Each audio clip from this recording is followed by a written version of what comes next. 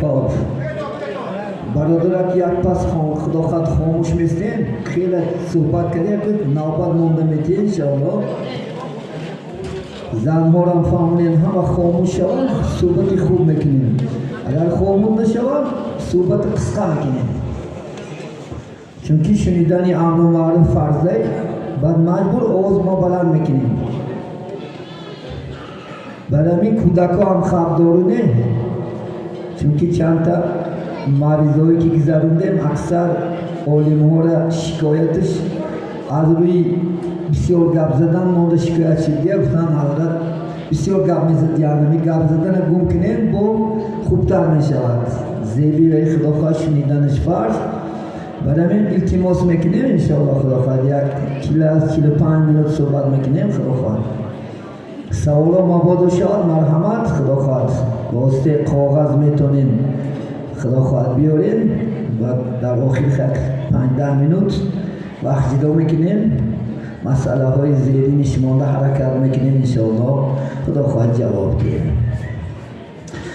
بسم الله الرحمن الرحیم به نام جهاندار جان آفرین حکیم سخن اندر زبان آفرین حمد و سپاس مر خدا را که صنعش در وجود آورد ما را هر دم از ما صد درود و صد سلام بر رسول و آل و اصحابش تمام اما بعد السلام علیکم و رحمت الله و برکاته السلام علیکم برادران اهل اسلام مهمانان گرامی قدر البته ما اهل خاندان و مناسبت فرارسی توی سنت سنی رسول صلی الله علیه و سلم تبریک و مبارکباد میگیم الله سبحانه و تعالی چنین روز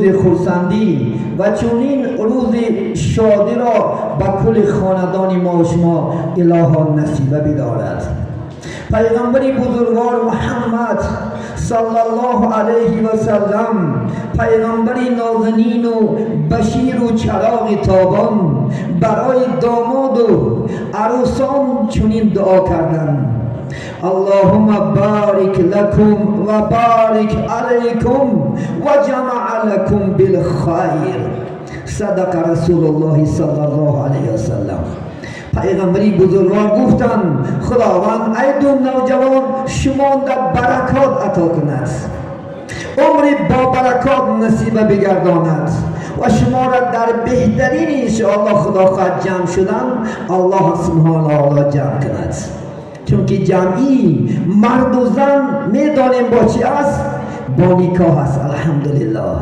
پیغمبری بزرگوار گفتند النکاح سنتی فمن راغب عن سنتی فلیس منی کسی که از نکاح من سرکشی کنه نکاح من دروغ دانه گویا که به نکاح هم جمع شدن مرد و زن حلال است و امتی من نیست کسی که امت محمد می شود صلی الله علیه و سلم و بنده خدا می شود باید که با واسطه نکاح با واسطه شاهد گواه الحمدلله یک جای شدن این تیپ سنت های رسول الله صلی الله علیه و سلم است خداوند در سوره نساء میگوید اعوذ بالله من الشیطان الرجیم فانکحوا ما طاب لکم من النساء یعنی شما نکاح کنین بگیرین آن زنهایی که ما برای شما حلال کردیم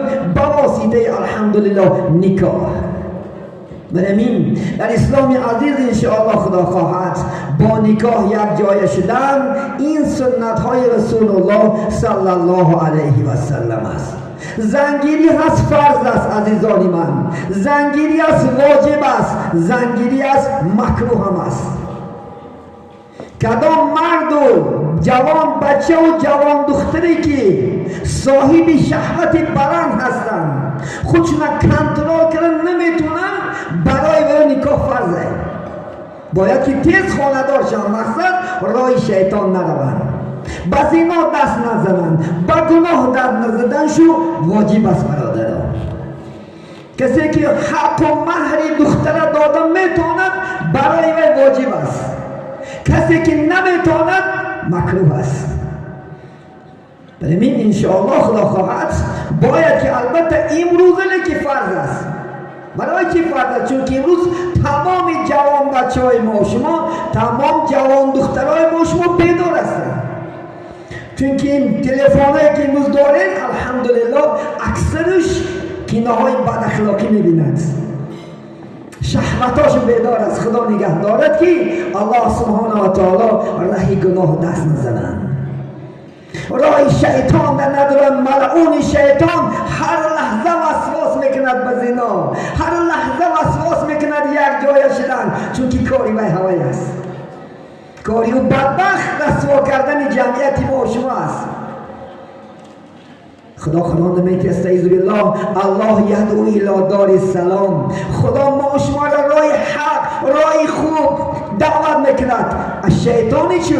شیطان و یدعو الی الفحش. شیطان برای فحش و فاحشه ما شما را دعوت میکند. انه یأمر بالسوء. شیطان به کارهای بی‌شرمی، بی‌حیایی. برای این باید که ما دوست و دشمن را جدا کنیم.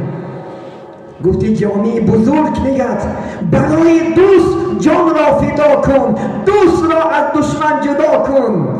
دشمن کی است امروز؟ جدا کنیم. دوست کی است امروز؟ این یگانه الله است که الله همیشه برای ما شما خوشبختی را میخواهد. همیشه ما شما را در این دنیا خار و ذلیل نشیدن میخواهد. یکی شیطانی ملعونی مرجودی مردوچی و این ما شما در دنیا خار شدن، به آبرو شدن، به قدر شدن ملعونی بدبخت اراده شوی است. قسم خورده که بدبخت است. برای این هوشیار باشین انشاءالله خدا خواهد.